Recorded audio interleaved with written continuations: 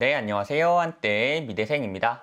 오늘 제가 준비한 영상은요, 존버를 할 수 있는 주식과 존버를 할 수 없는 주식이라는 내용을 가지고 영상을 준비를 해 보았는데요. 요즘에 제가 조금 많이 듣는 질문 중에 하나가 장기 투자를 할 수 있는 주식 종목이 뭐냐? 이런 걸 제게 물어보시는 분들이 굉장히 많이 늘어나고 있더라고요.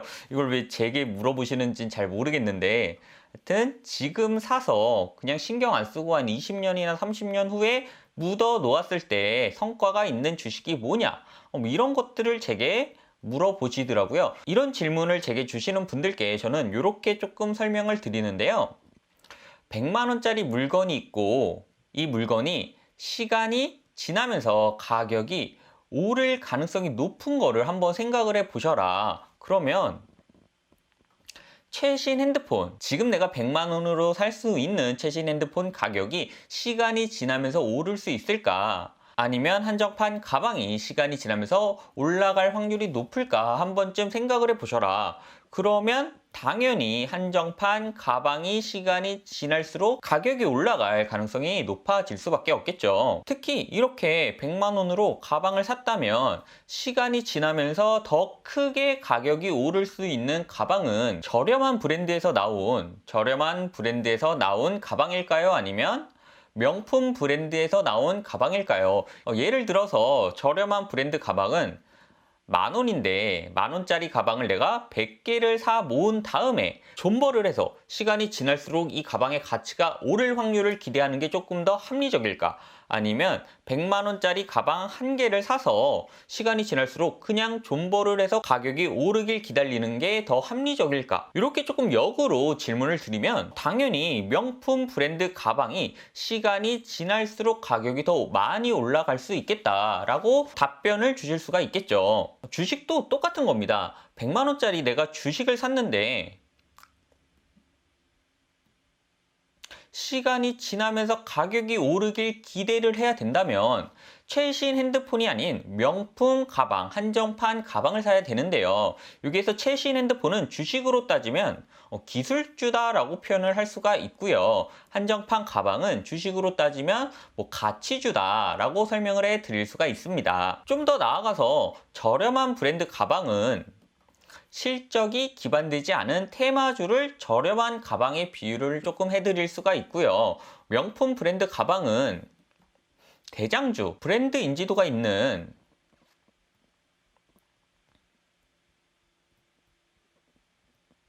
브랜드 인지도가 있는 대장주가 주식으로 따지면 명품 가방이다 라고 설명을 해 드릴 수가 있을 것 같습니다. 이렇게 장기 투자를 하고 싶다면 주식 투자를 존버로 수익을 내고 싶다면 답은 아주 좀 간단하긴 합니다.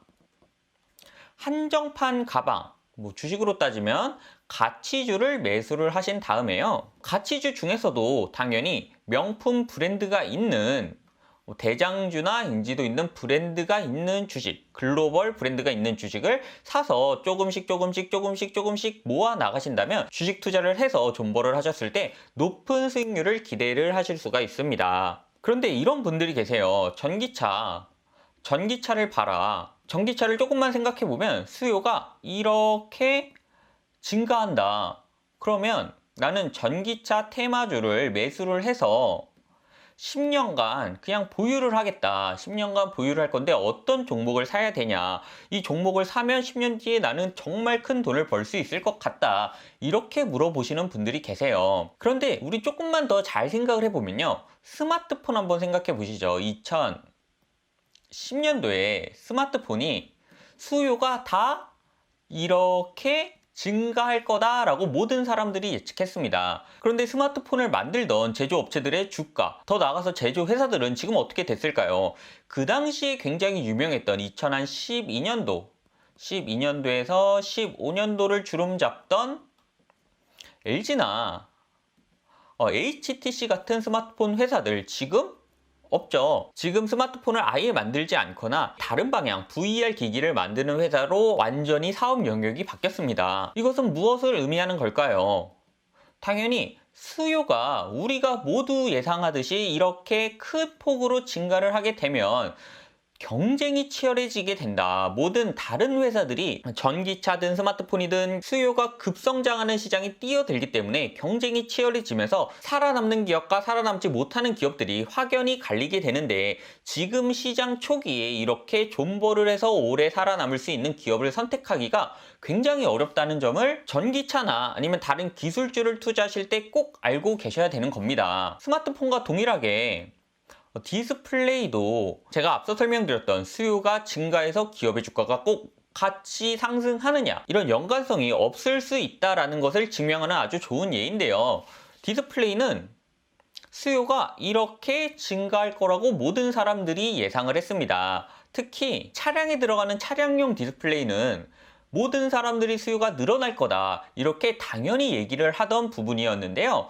2015년 대비 2018년만 하더라도 약 한 20%가 상승을 하는 급격한 성장세를 보일 거다. 지금도 차량용 디스플레이 전망은 굉장히 좋다. 많은 기관들이 예측을 하고 있는데요.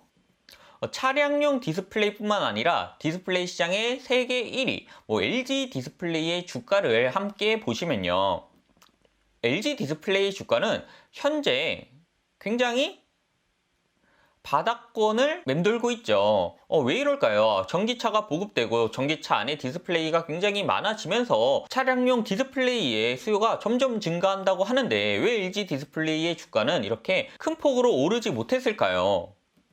우리는 LG 디스플레이의 사례에서 이런 좀 교훈을 받아야 됩니다.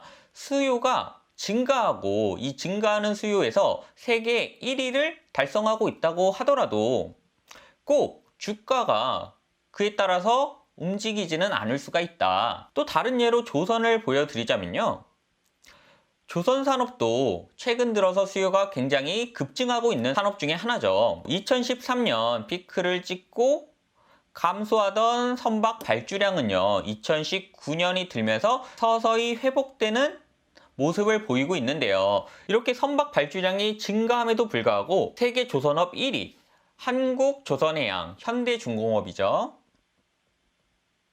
현대중공업의 주가는 2011년 대비해서 고점을 완전히 회복하지 못하고 저점에 머물러 있는 모습을 확인하실 수가 있죠.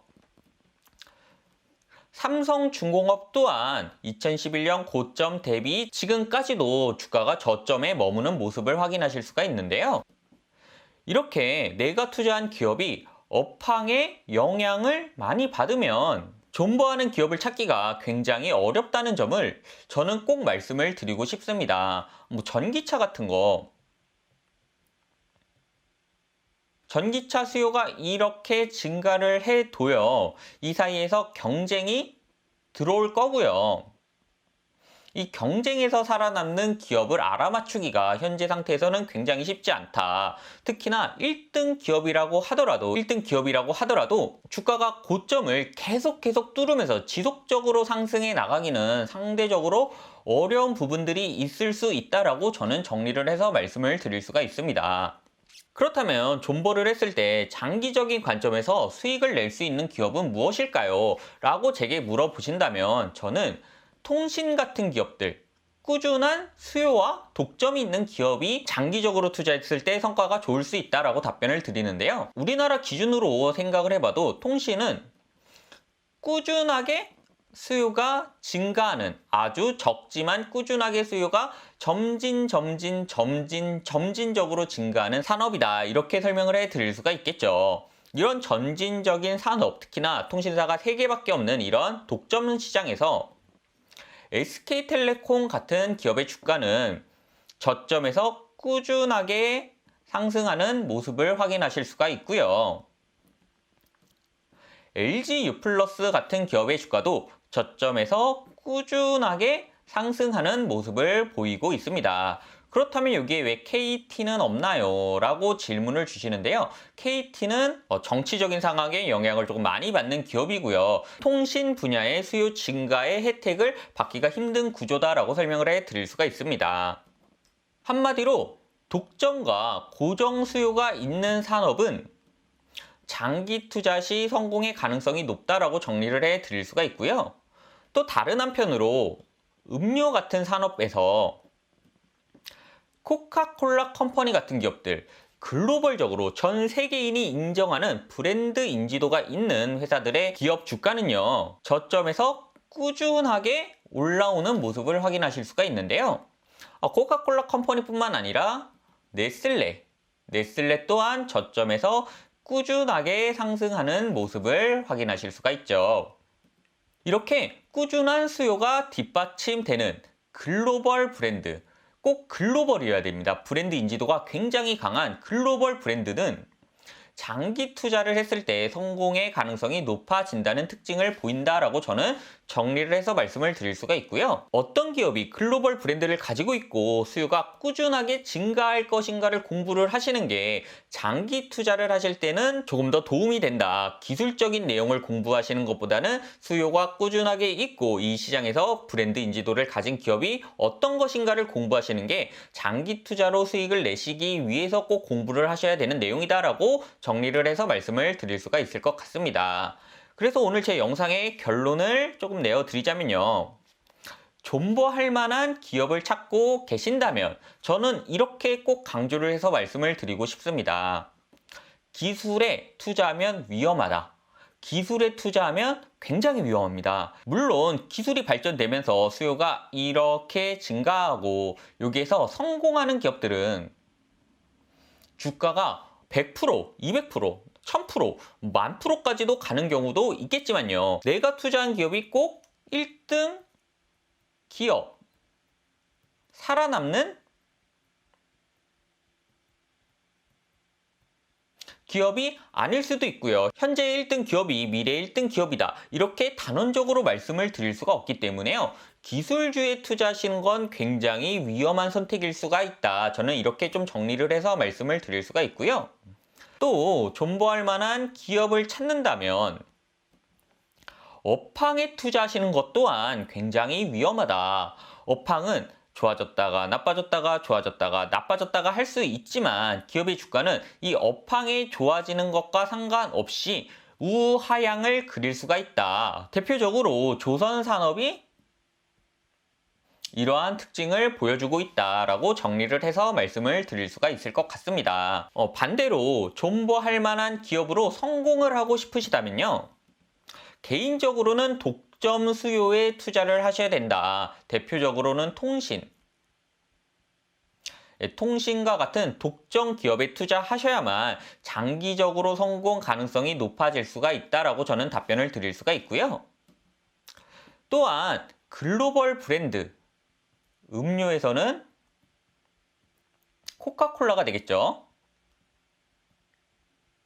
코카콜라 같은 글로벌적으로 꾸준한 수요가 있는 브랜드를 가진 기업에 투자를 해야만 성공 가능성이 높아진다라고 정리를 해서 말씀을 드릴 수가 있습니다. 많은 분들이 존버를 하면 주식 수익률이 높아진다 이렇게 착각을 하시고 계신데요. 개인적으로는 이런 착각들이 미국에서 나온 자료들 때문에 생기는 거다라고 말씀을 드리고 싶습니다. 미국 같은 경우에는 코카콜라나 존슨앤존슨이나 강력한 브랜드 인지도를 가진 내수 기업들이 많기 때문에 장기적으로 투자했을 때 성과가 좋은 이런 구조적인 요인이 있고요. 우리나라 같은 경우에는 업황에 영향을 많이 받는 기업들이 많기 때문에 특히 제조업 기업들이 많기 때문에 존버를 하셨을 때 성과가 생각보다 좋지 않을 수가 있다. 이렇게 조금 정리를 해서 말씀을 드릴 수가 있겠네요. 오늘 제 영상이 주식 투자를 하시는 분, 특히 무조건 존버를 하면 좋은 수익률이 보장된다라고 착각하시는 분들께 조금이나마 도움이 되어드렸으면 좋겠고요.